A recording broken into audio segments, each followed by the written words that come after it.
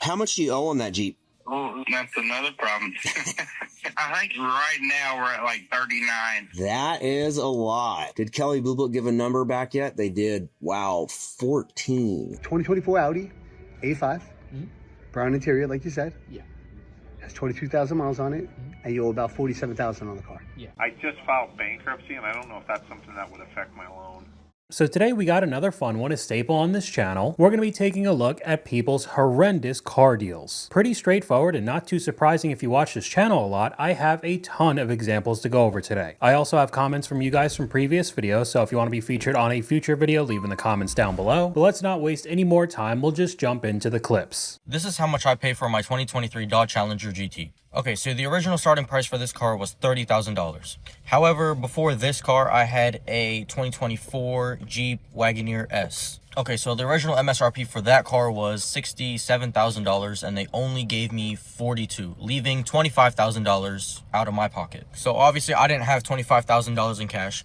So I rolled that $25K over to the next car. So the final price for this car came out to about $55,000. So for a car that I should be paying about $500 a month for, I pay $806. Okay, now obviously the car payment is not the only thing I pay. I also pay insurance and gas. Okay, so insurance for this car came out to about $210 a month. Okay, by this point, we are at $1,016. All right, next up is gas. And for that, I pay about $450 a month. Okay, so you might be wondering why I pay so much for gas. And that's actually because my school is 40 minutes away. So I put a lot of miles on this car every single day, resulting me to pay a lot of money in gas. Okay, so that brings our total up to $1,466 a month. $1,500 a month for a Challenger GT. I mean, there's tons of things to talk about. You rolling over $25,000 in negative equity that you clearly couldn't afford to pay off from the Jeep into another $30,000 vehicle. And not only that, a muscle car that you're putting a ton of miles on for you to go back and forth to school. So now you're paying legitimately more than 50% of your monthly car payment just on gas alone. I mean, this one is insane. And all of this to have the nice fancy car to show off to other people. Bro, you're paying scat pack prices for a GT. This is genuinely crazy. You rolled over $25,000 in negative equity. Yes, unfortunately. Why would you go from a Wagoneer S to a Challenger GT? Well, the Wagoneer S is an all-electric SUV, so it might have been a problem with charge times if he was putting a whole ton of miles going back and forth to school, but then deciding to buy a Challenger isn't much better. $1,500 a month for a GT, I'm lost for words. Why, bro? And I asked you guys in an older video, do you know someone who got a terrible deal on their vehicle? A friend of mine bought herself a 2016 Chevy Cruze for $10,000, 84-month term, and 20% interest. If she keeps the vehicle, she'll be paying over $10,000 in interest. My ex-girlfriend overpaid for a Camry by 10 grand because she emailed the dealer saying that she needed a car, and then proceeded to get taken advantage of by that dealership. When I was 16, my parents co-signed a car with me. It was an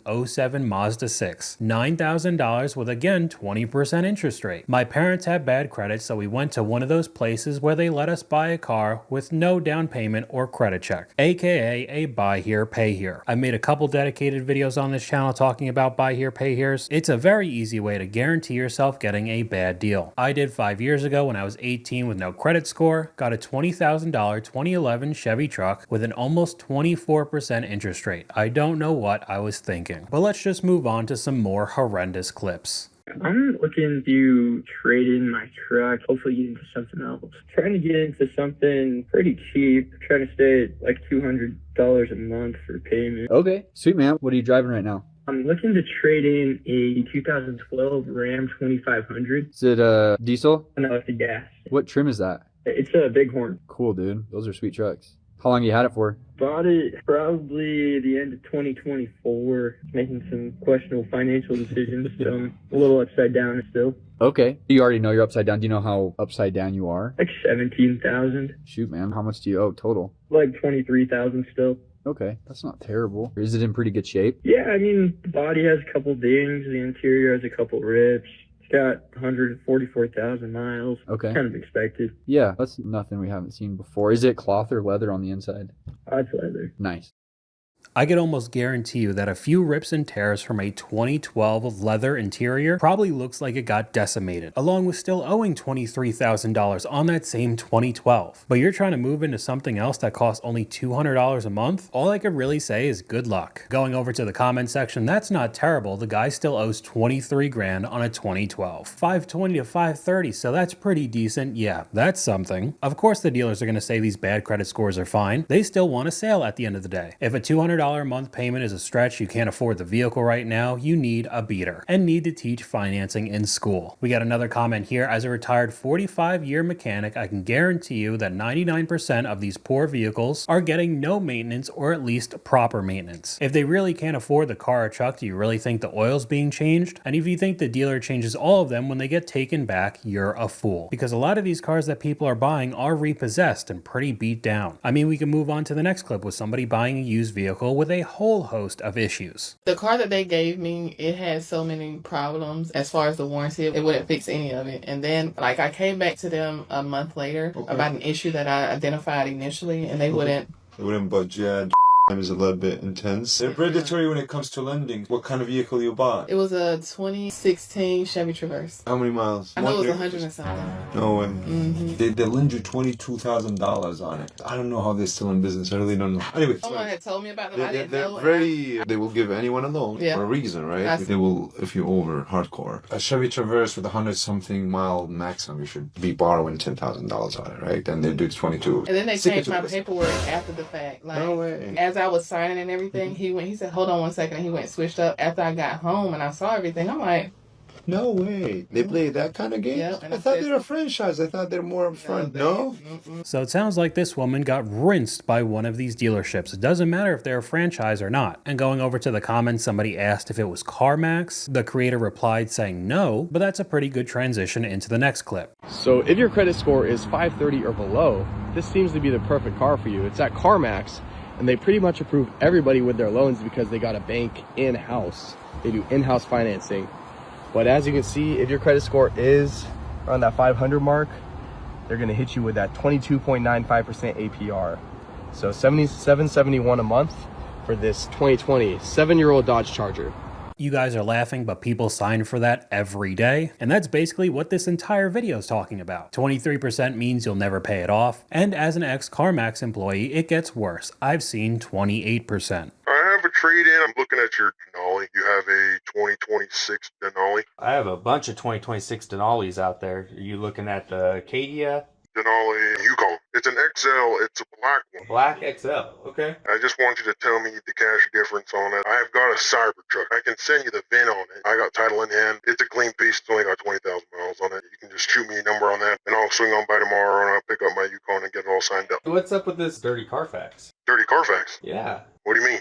It's clean title. They managed to keep the title clean after that much damage? Hopefully everyone was okay in that accident. It wasn't anything serious. I had to get it towed, but I mean, it's a Cybertruck. They aren't the most beefy things on the road, but it's been fine. It didn't total out or anything. It was all minor damage. It says moderate damage, rear end collision, damage to rear, damage to front, damage to left side, damage to left rear, damage to right rear, disabling damage, reported vehicle towed. Like I said, it's got low miles. It's a really clean piece. I was out the door 115 on it. On your Yukon, you guys have it discounted to about 95 and some change or something like that. I mean, that's fine. MSRP on it was almost 100, but I'm thinking we can probably do straight across on it. What are you thinking? Yeah, straight across and probably about 25,000 probably. This clip goes on even more, and the salesman was talking about the Cybertruck being around $72,000, which I think is very high. If you see the market on Cybertrucks right now, they are tanking because nobody wants them. They're ugly. And the cool factor for having one of those ugly trucks is gone. Along with trying to be sneaky about the Carfax, it seems like the truck got decimated, somehow wasn't totaled. But yeah, we should just have a fair trade with the 2026 Yukon Denali. Of course it's that vehicle. I'll just swing by tomorrow and pick up my new truck. Yeah, sure, man. My credit score is currently 571. It's actually my first vehicle. I'm interested in the Jeep. I was thinking like a Sport. Okay. Why is your credit score so low? Well, I'm not from the U.S. I just started building my credit, and then I was out of the job last year for almost the entire year. So I had to use up my credit card, and that's the only thing that I have building my credit. The only thing you have in your credit file is your credit card? Mm-hmm. Have you missed any payments? Because typically if you have a credit card like that, even though you have a thin file and you're you're making on-time payments, you should be way above 571. Yeah, I have missed a few. When was the last time you missed a payment? Because that matters, especially when you're getting a car or anything on credit. People are going to see how recent your last late payment was. I've been on track since May. So if you only have about 4 to 5 months of good payment history, you might want to wait a little longer, because right now, listen, you have a 571. Do you have any money down to get into a vehicle? No, not right now. Okay, it's not going to be smart for you to get into a vehicle. Okay, no money down, a bad credit score, haven't had a job for a while, but I still want to go buy a nice Wrangler. Of course you do. And then even if they were approved for an absurd rate, it's still a Stellantis vehicle at the end of the day that have a ton of maintenance issues. So it would cost even more than the crazy high monthly payment. But I don't know what to say. Some people just can't be talked out of it. About a year ago, I purchased a 24 Jeep Compass, brand new off the lot. Okay. I'm not liking the payment that I'm paying right now, and I'm wanting to get something cheaper monthly. What's your payment now? $708. Oof. What would you like your next car to be? She's looking to stay into the Jeeps. She really likes the Jeep Gladiators.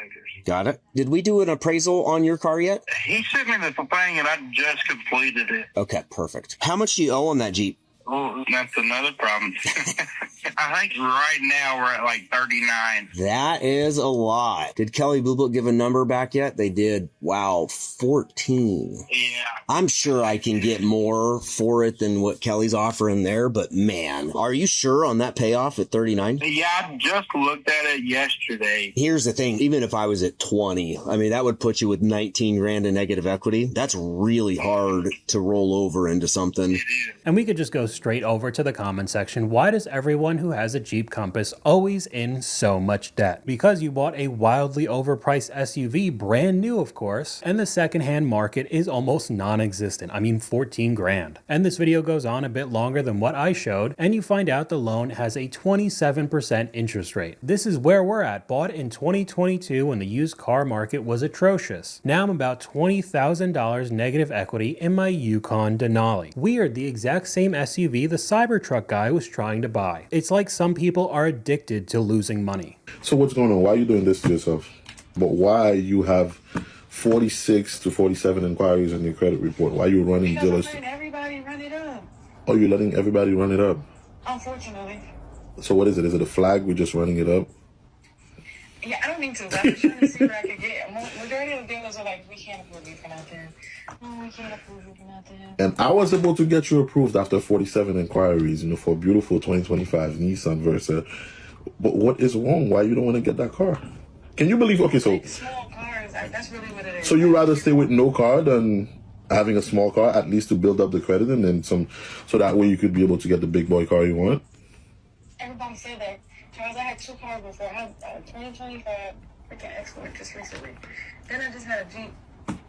You said big car, so I'm used to that. You said you had a 2021 X4? Yeah, 2025 X4, yeah. 2025 X4, but that was not under your name. It was with my grandmother. She co-signed, but that car. No, she did not co-sign. I can't. My love, listen, she did not co-sign. They put the car completely under her name. Oh, really? Yeah, because your name is not on that car at all. But it doesn't matter, I was still seen driving around in a BMW, and I'm not going to downgrade, even though there were somehow almost 50 inquiries about her credit? How is that even possible? And yeah, I know the Nissan Versas aren't great, but it's kind of one of the only new cars you could get into with that bad of a credit history. And like he said, a small car is still better than no car, but it doesn't matter to her, she still needs to drive around in something nice and fancy. Unbelievable. I see you're looking to put 15 to 2 grand down, looking for a Chevy Trailblazer. I just glanced through your website. I'm really just looking for an SUV, man. An SUV? Okay. How do you think your credit is on a scale of 1 through 5? My credit is horrible. Probably like a 550 to 580ish. Oh, so that's not too bad. I usually mess with like the mid 4s, low 5s, so a 550, almost a 600. Man, that's music to my ears. I probably won't be able to actually physically come in until Saturday. Mm-hmm. I've been talking to car sales up there in Knoxville, and all they can get me in with that down payment range is like a Corolla, and I really don't want a Corolla. And you're looking for an SUV. Yeah. I got you. Are you trading anything in? No.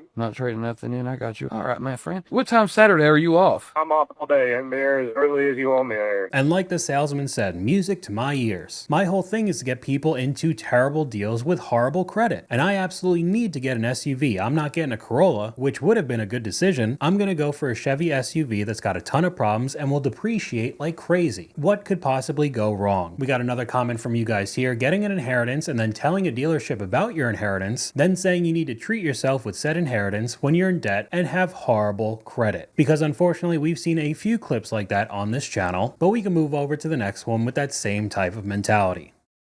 Were you looking at a 1500 or a 2500? I need a 2500. You I was need. looking, I had listed a white one that was on there. I can't remember how much it was. I can afford any truck. I make plenty of money. Would it be possible to put a little bit more down? I usually recommend about 20%. I'm doing a soft credit check on your history right now, which I can work with you. The only thing is you do have some derogatory remarks on your credit, right?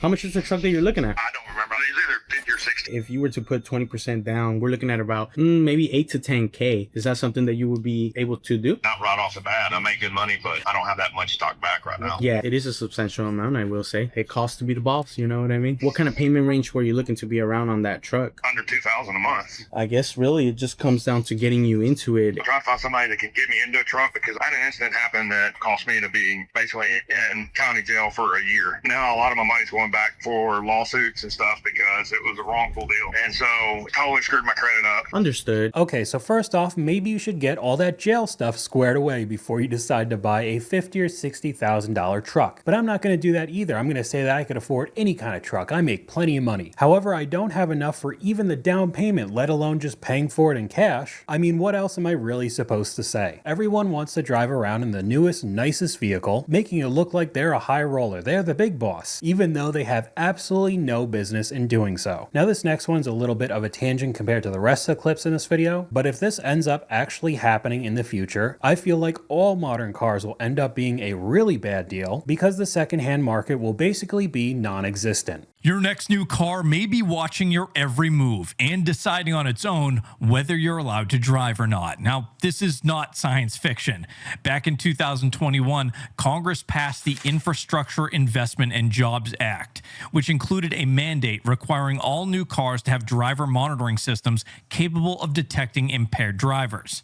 The deadline for automakers to have this technology in place is 2027. There is just one problem, though. The technology doesn't exist yet. The National Highway Traffic Safety Administration released a report to Congress in February confirming that as of right now, there are no in-vehicle technologies capable of accurately detecting whether a driver is impaired.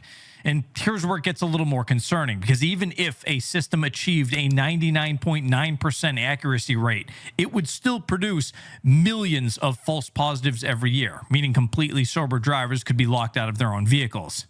The agency also acknowledged that mandating in-car cameras raises serious privacy concerns, noting that everything you do inside your vehicle could potentially become a data point. I feel like this is much more to be able to watch your every move in your vehicle than it is to stop impaired drivers, let alone the fact that virtually everything electronic gets hacked all the time in today's world, so you better believe somebody would come up with a way to be able to hack into your car and see exactly what's going on. And like I said before, if this does actually happen, who would ever want to buy one of these vehicles? So the demand wouldn't be there and the secondhand market would look awful. We got another comment here from you guys. You could do an entire video on young members of the military financing vehicles at ungodly rates. We've talked about that a few times in the past, especially when you're talking about muscle cars and vehicles like that. A lot of people end up putting all of their monthly income into that vehicle payment. I've never bought a car before, so how would I go about even doing this? We're talking about the white one, right? The Hellcat? Yeah, it's a 2019. We've got 15,140 miles. That's pretty good. If you don't mind me asking, what do you do for work? I work at Panda Express right now. I'm a manager there. How much money do I need down? So with you being a first-time buyer, I would guesstimate probably around $3,000 to $5,000. How much do you make, would you say, monthly? And would you have a possible cosigner? I make $18 an hour, so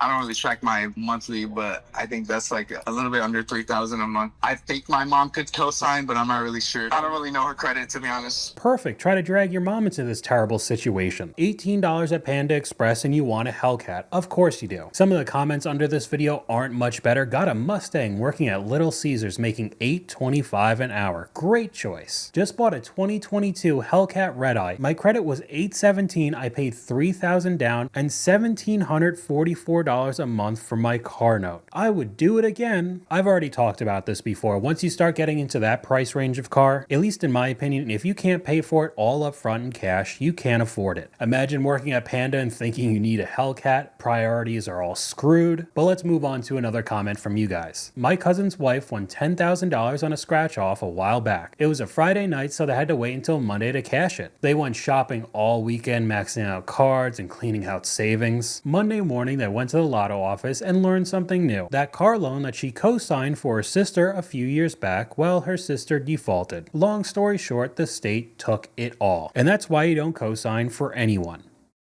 He had a 460 credit score, but the last application he had almost a 600. I'm trying to figure out what happened there. We got you approved and now you dropped significantly. What happened? I don't know, something hit my I'm trying to fix it now. Look, if you want to buy this Mercedes, I have no problem with you buying it, but you got to stop shopping around, bro. You got other dealerships sending it to like Mercedes, Ally, Wells. You have 1, 2, 3, 4, 5, 6, 7, 8, 9, 10, 11, 12, 13, 14 inquiries since you did the application last. So if you do that, it's just going to be red flag to the banks. I was just trying to see who will approve me quick. You know what I mean? I mean, look, if you got 50 grand down, I'll get you approved. Any motherfucker get me approval. 100%, but that wouldn't be the smartest thing to do. On, man. Yeah, but that's what I'm saying. I'm not going to spend that much. I'm just going to put about 25, 30 grand down. Does that include your trade, this X7 you have? Yeah. So that's not on top of it. So it's not 18,000 plus the trade. It's 18 including the trade. I'm going to put it 10,000 and plus my trade in. Okay, so you have about 28 to 30 is what we have. No, I have about 40. And I'll get 28 for my trading. Nah, man, I think less than that this time. The value dropped on that, man. Surprise, surprise, another luxury vehicle dropping in value day by day. But again, I'm the big boss. I could drop $50,000 for a down payment. I just don't want to. So I'm going to get 14 different inquiries because I'm trying to get approved as quick as possible. I just want that Mercedes-Benz. It's truly unbelievable how many different examples of this are on the internet. I just filed bankruptcy, and I don't know if that's something that would affect my loan.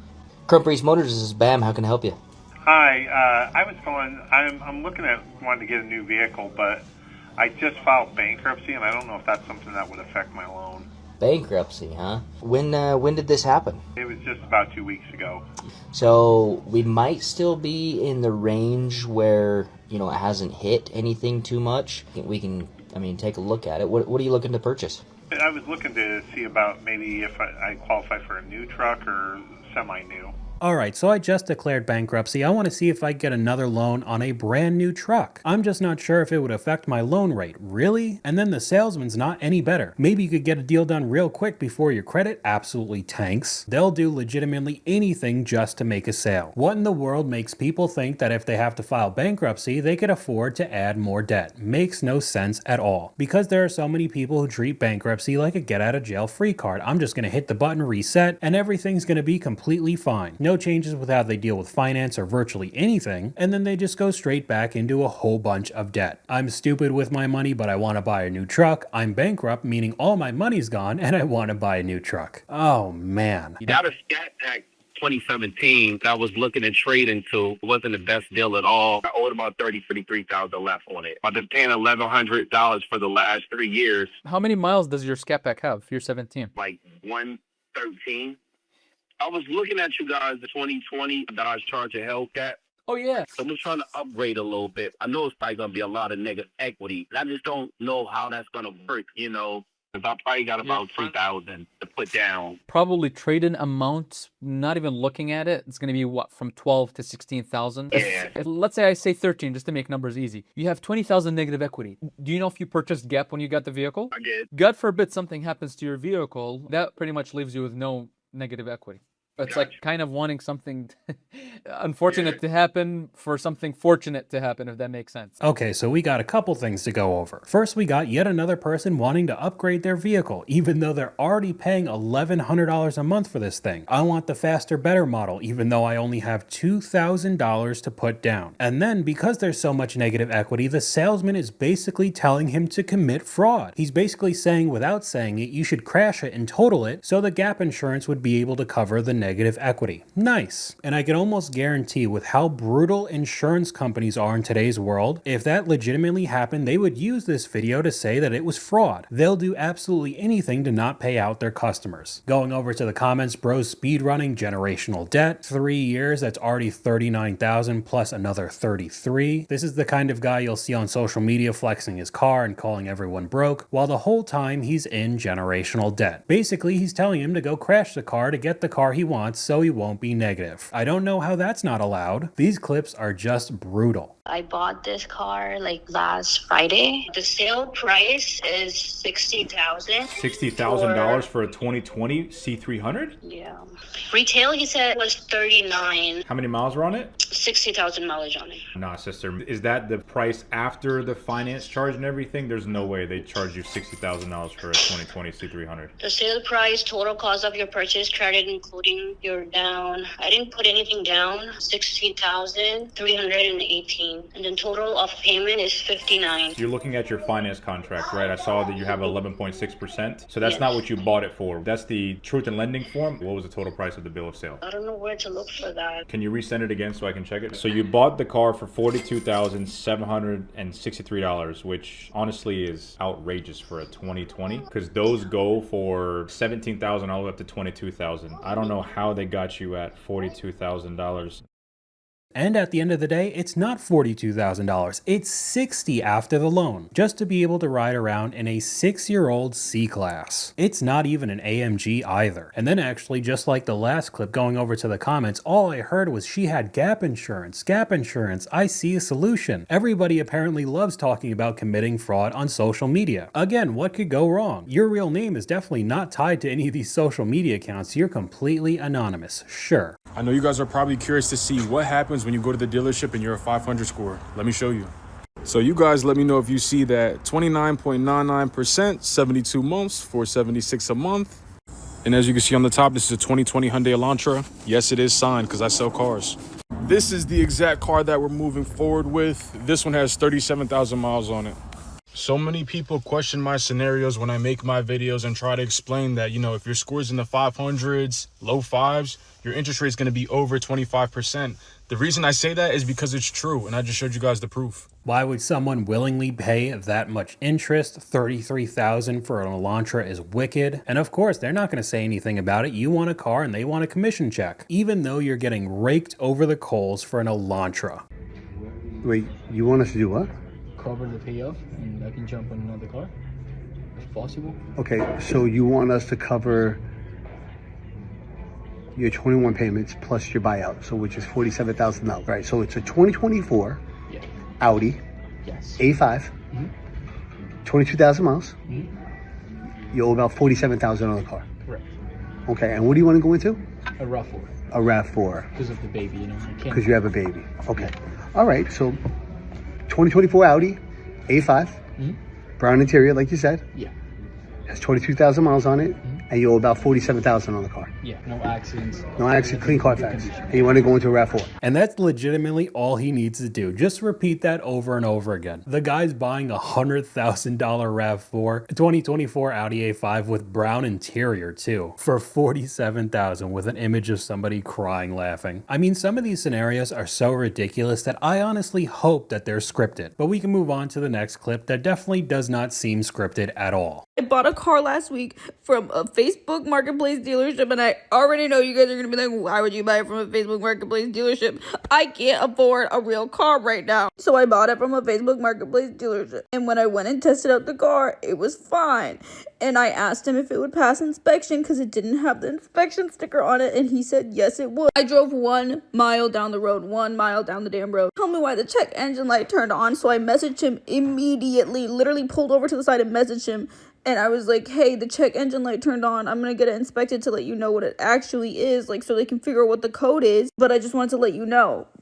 Thinking he's gonna fix the check engine light because I just bought the car just then. Literally, I'm not even joking, a mile down the road, a mile. And then the blizzard hit, so I couldn't get it inspected. And the car was sitting there for like 3 days without me driving it because of the blizzard. So then yesterday when I went to start it, it didn't start. Okay, so this video goes on and on. There are a ton of problems with this vehicle. And you find out that she purchased a Mitsubishi Mirage. And going over to the comment section, well, why would you buy a Mitsubishi Mirage? Your first mistake was buying a Mitsubishi Mirage, I fear. And of course, with it being a shady Facebook dealership, they basically said it's your problem now. They sold it as is. So even if the vehicle was cheap, you're going to be paying a lot more to get it on the road again. I lost my job. I fell behind on some payments for 7 months. Now I'm getting back to a good spot. I just moved back with my mom, so I'm kind of getting more financially stable. I had a 2018 Mercedes E400, and it got repoed. I wanted to know if you could possibly assist me with getting it back. Do you have a job right now? I do not currently have a job right now. How do you have the money to pay for this car if I sell it back to you? I just recently got a check from the insurance company for an accident I was involved in. I want to use that money to get my car back, and then, I can get a job and work on my payments and stuff. This sounds a little bit absurd. You got your car repossessed. You want me to buy it back. You don't have a job. You're using the money that you got from an insurance payout. You don't think that's a little bit backwards? No, I'm just trying to think ahead. I said I'm actively applying to jobs. Need a car to get from point A to point B. How much were you paying a month for the Mercedes? I was paying about $1,300 a month. What was your interest like? 22%.